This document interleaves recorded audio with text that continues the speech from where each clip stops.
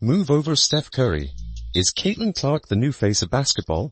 That's the fiery debate burning up sports media right now, after a bold ESPN claim suggested that Caitlin Clark isn't just following in Curry's footsteps, she might be stepping on them. According to veteran analyst Michael Wilburn, Clark's rise in the WNBA mirrors Curry's impact in the NBA, and could even outshine him if her momentum continues. The question is no longer, is Caitlin Clark great? It's, has she already started stealing the spotlight from one of the most iconic players in NBA history? Let's break down why this comparison isn't just controversial. It might be accurate. Michael Wilburn didn't just throw out a hot take for clicks. Pardon the interruption, he laid it out clearly. Caitlin Clark is doing for women's basketball exactly what Steph Curry did for the NBA. She's not just putting up big numbers, she's changing how the game is played, viewed, and sold. Think about it. When Steph Curry exploded onto the scene with the Warriors, he didn't just become an elite shooter, he redefined shot selection. Suddenly deep threes were normal. Teams had to rethink spacing, defensive schemes, and even player development. Now look at Clark. She's doing the same thing in the WNBA. Her off-the-dribble range stretches defenses in ways the league hasn't seen before. She's drawing double teams 30 feet from the basket, and her style is contagious. Younger players at every level, from AAU to NCAA, are modeling their game off her swagger and shooting range. Wilburn's comparison isn't about stat sheets, it's about cultural impact. And right now, Clark's cultural footprint is growing at a speed that even Curry might be watching closely. Let's talk facts. Caitlin Clark's rookie season wasn't just good, it was historic. She averaged 19.2 points and 8.4 assists per game. She shattered records for rookie assists. She hit over 35% from three-point range on a high volume. And she led the Indiana Fever, a team that had been dead in the water for years, back into the playoff conversation. Does that remind you of anyone? Because that sounds a lot like what Curry did in his breakout 2012-13 season, when he transformed the Warriors from a league joke into the NBA's most exciting show. But Clark did it in year one, and she did it under a national spotlight that no rookie, male or female, has carried in recent memory.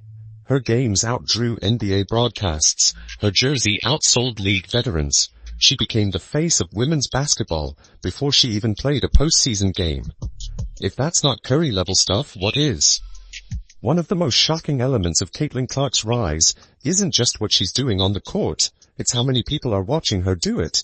While Steph Curry has long been known as one of the most marketable and watchable stars in basketball, Clark is now putting up ratings that rival, and in some cases exceed, what Curry and the NBA have delivered on national television. In early 2024, during Clark's final college season at Iowa, her games drew up to 18.9 million viewers, including her NCAA championship appearances and the Final Four matchups. That number surpassed the viewership for several NBA playoff games. But the bigger story is what happened after she left Iowa. Once she joined the WNBA, many critics thought the hype would dip. It didn't. Clark's preseason games were broadcast nationally, a rare move for WNBA rookies. And the Fever's first regular season matchups drew more viewers than some NBA games in the same week. Her WNBA debut brought in over 2.1 million viewers. Her games became social media events, with live tweets, instant highlight reels, and crossover fans who had never watched the WNBA before. By contrast, the NBA, particularly in the post-Splash Brothers era, has seen a gradual flattening of regular season ratings. Even marquee matchups don't always guarantee high viewership without playoff stakes. Clark, meanwhile, is selling out arenas in markets that never cared about women's basketball before. Her presence alone is forcing the league to move games to larger venues. Let's call it what it is. Clark's ability to generate viewership is Curry-esque, and possibly even more shocking given the league she plays in doesn't have the decades of visibility, revenue, or branding power the NBA holds. That discrepancy makes Clark's draw even more historic. Steph Curry has redefined basketball as entertainment, but Caitlin Clark is redefining it as cultural must-see TV.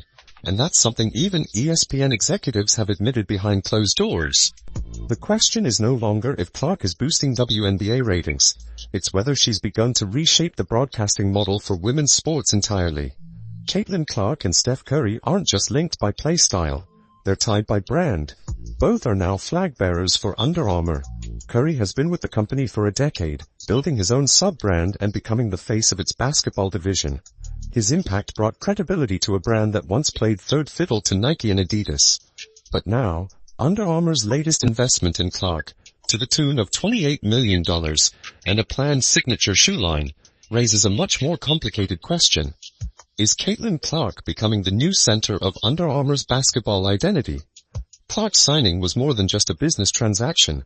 It was a shift in the company's vision. Under Armour isn't just looking for a co-signer or a supporting player. They're building an entire campaign around her. Early data shows Clark's merchandise is already outselling most active NBA players under the same brand, and she hasn't even launched her signature shoe yet. That's unheard of. What makes this moment tense is the mentorship angle. Curry has openly supported Clark, even speaking publicly about their conversations and endorsing her approach to the game. But mentorship has its limits, especially in the world of endorsements.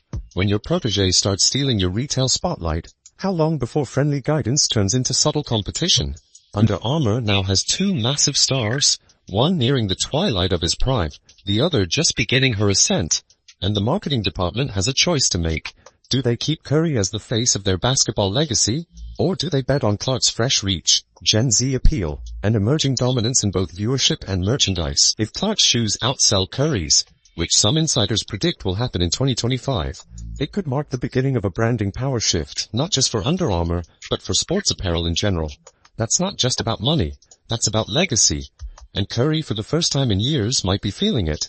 In sports, legacy isn't just about stats or trophies. It's about timing, cultural impact, and symbolism. And right now, Caitlin Clark is doing something that very few athletes, male or female, have ever managed to do. She's entering the cultural mainstream not as a supporting figure, but as a headliner. And that's exactly what puts her on a collision course with Steph Curry's legacy. Let's make one thing clear. Curry's resume is untouchable. 4-time NBA champion, 2-time MVP. Revolutionized the three-point era. Built a dynasty in Golden State from the ground up. He took a team that was irrelevant for decades and turned it into the NBA's model franchise. On that alone, he deserves every ounce of praise he gets. And he changed the very geometry of basketball. But Clark is not trying to be the next Steph Curry. She's building her own empire, and it just so happens to run parallel to his, on a timeline that is blurring the traditional gender and league divides. Her story, a college phenom who shattered the NCAA all-time scoring record, became a ratings magnet, and then entered the WNBA under a microscope, mirrors Curry's in structure. But the context is far more radical. Clark is bringing those numbers, that flair, and that cultural pull to a league that has historically been denied visibility, funding, and mainstream respect. That matters a lot. Curry didn't face that level of systemic neglect. He helped the NBA explode during an era that already had robust TV deals and international reach. Caitlin Clark, in that, has become arguably the most influential basketball player in the world, both on the men's and the women's side. What Clark is doing, dragging the WNBA into primetime relevance, is more than impressive. It's disruptive. And disruption, more than anything else, is what defines lasting legacy. Now let's talk public perception. Curry is a global name, yes, but his popularity peaked between 2015 and 2019, during the Warriors' dynasty run. Since then, injuries, roster changes, and LeBron's continued relevance have slightly cooled his media dominance. Meanwhile, Clark's rise is happening now. She's the talk of every sports show. She's pulling more engagement on social media than entire WNBA teams. Her clips go viral before the buzzer sounds.